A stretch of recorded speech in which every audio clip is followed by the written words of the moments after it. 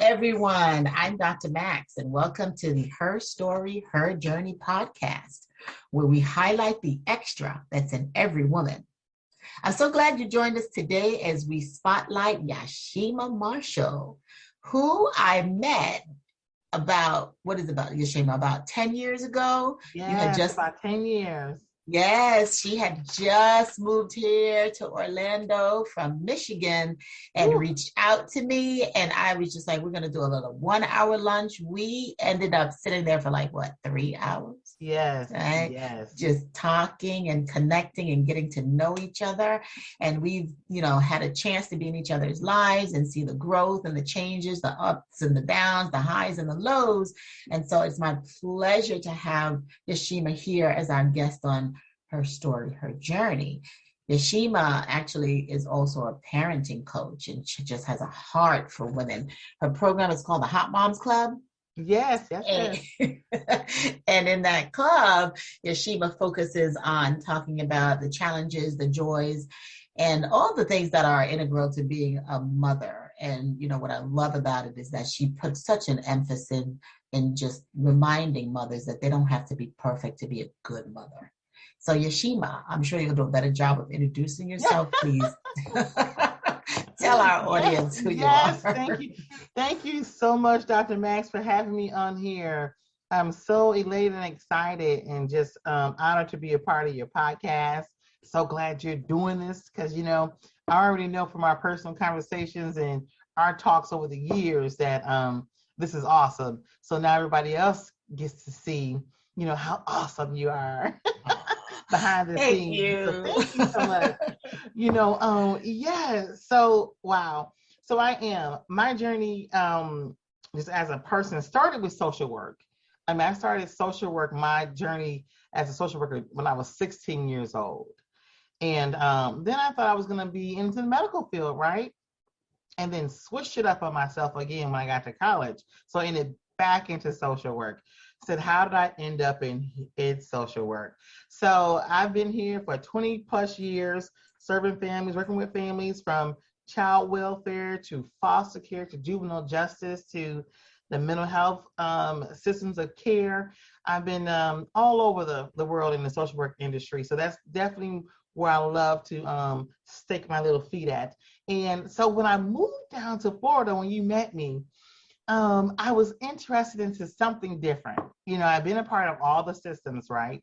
All the county systems, the state systems, the child welfare, family, foster care. I really was looking for something different and something where I felt that I was going to use my skills, my knowledge, and really my passion in a more effective and meaningful way for families.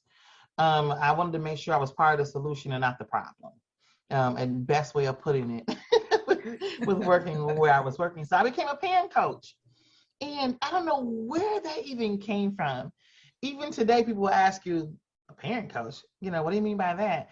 And so back then, I think I must have seen it somewhere and said, oh, parent coach.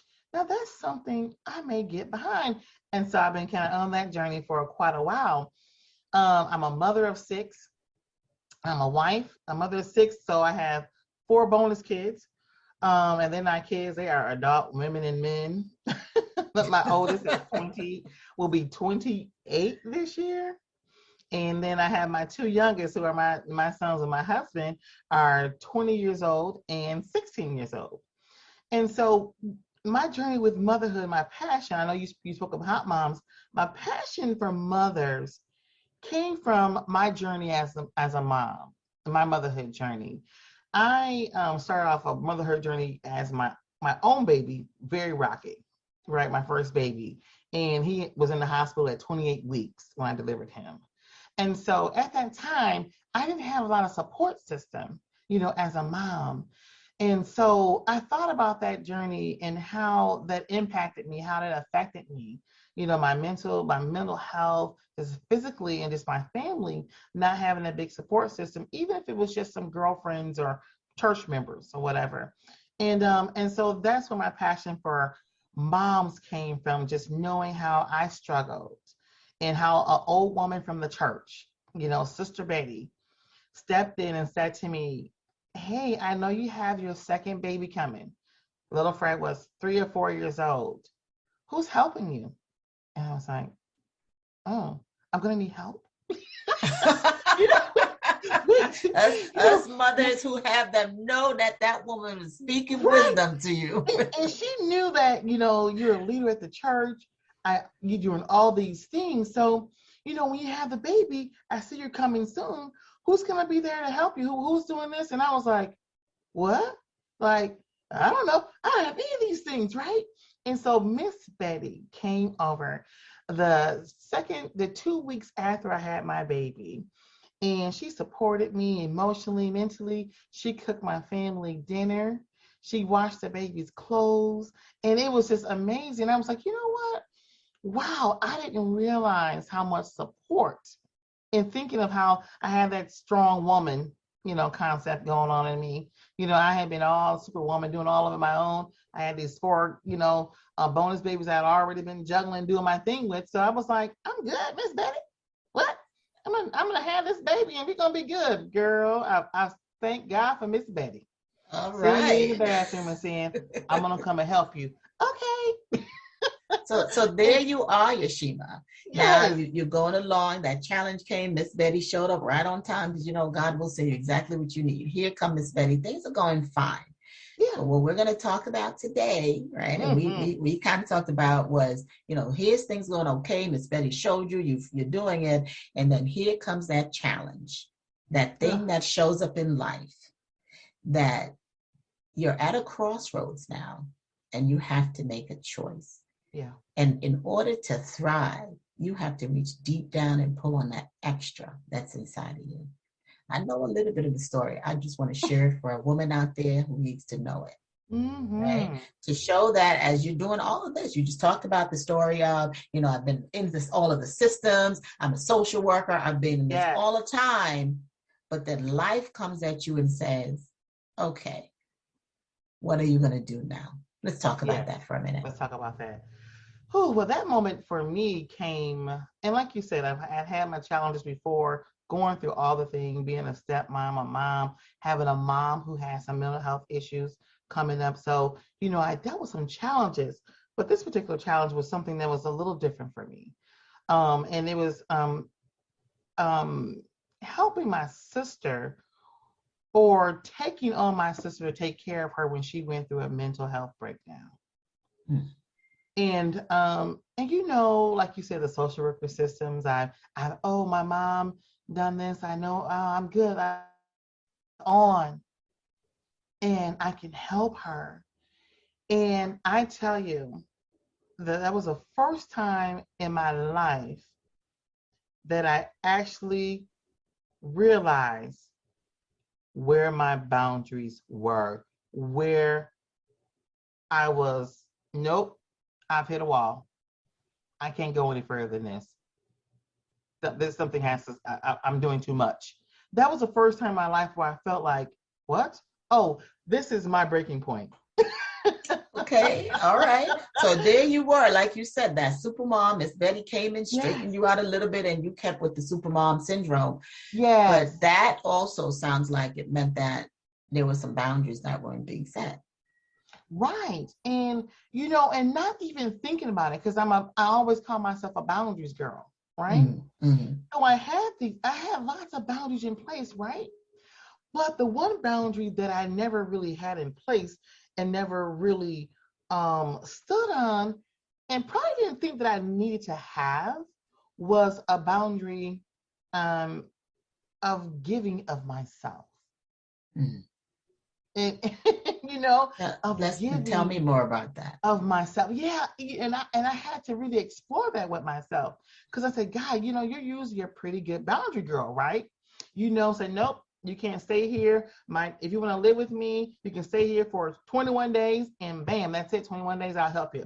I'll give you this, and that's all I'm going to. So, I always was good with setting boundaries, but I think with my little sister, I think that it was the mentality that I was responsible for some reason at that point, Mm-hmm. for taking on her challenges and what she was going through, and helping her and changing it and fixing it, I think. Mm-hmm.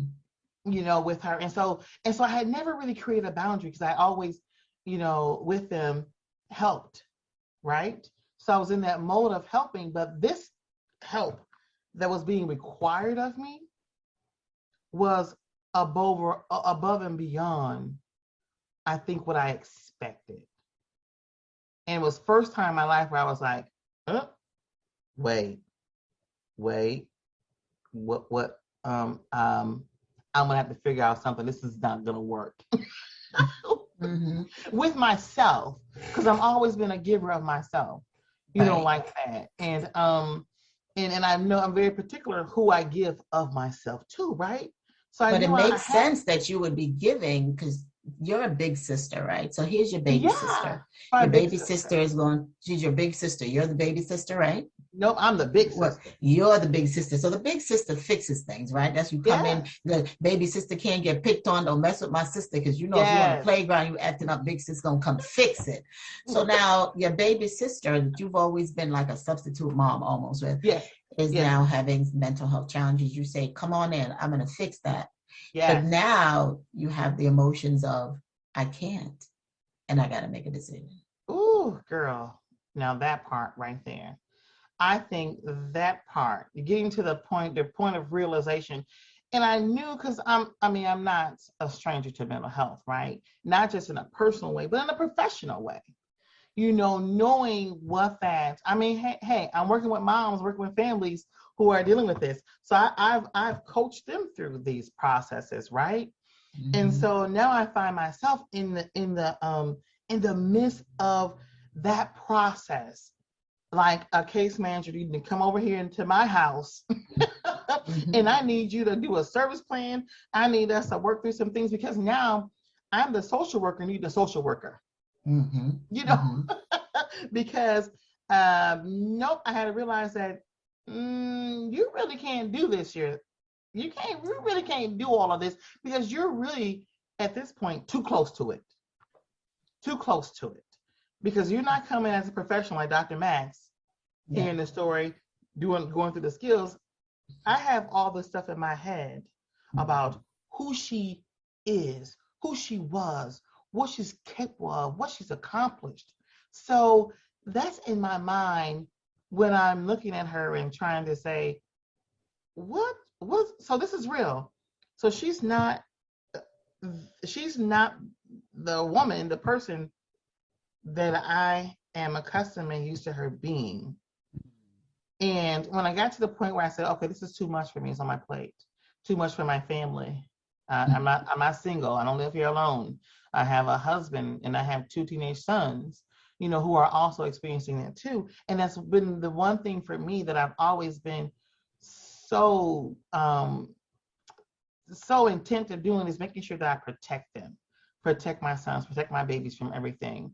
And so at that moment when I realized I wasn't really protecting them from this experience, that just because I thought I could fix it and I'm always the one who's jumping and helping everybody, that this moment I think I had crossed a boundary for myself, for them, and for everybody in general. And I said, well, what if I asked her to leave, if I had to figure out something else for her, what's it going to look like?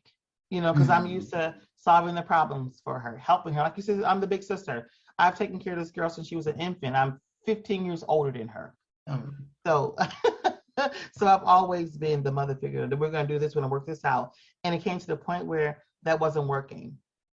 It wasn't happening. And I said, well, I came to her and I said, listen, I need you to do A, B, and C. In order for you to stay here with us, we need you to do A, B, and C. And if those things don't happen, then we're going to have to find another solution for you. And I think that was probably the hardest conversation and thing that I had to say, because essentially I was saying to her that I could no longer help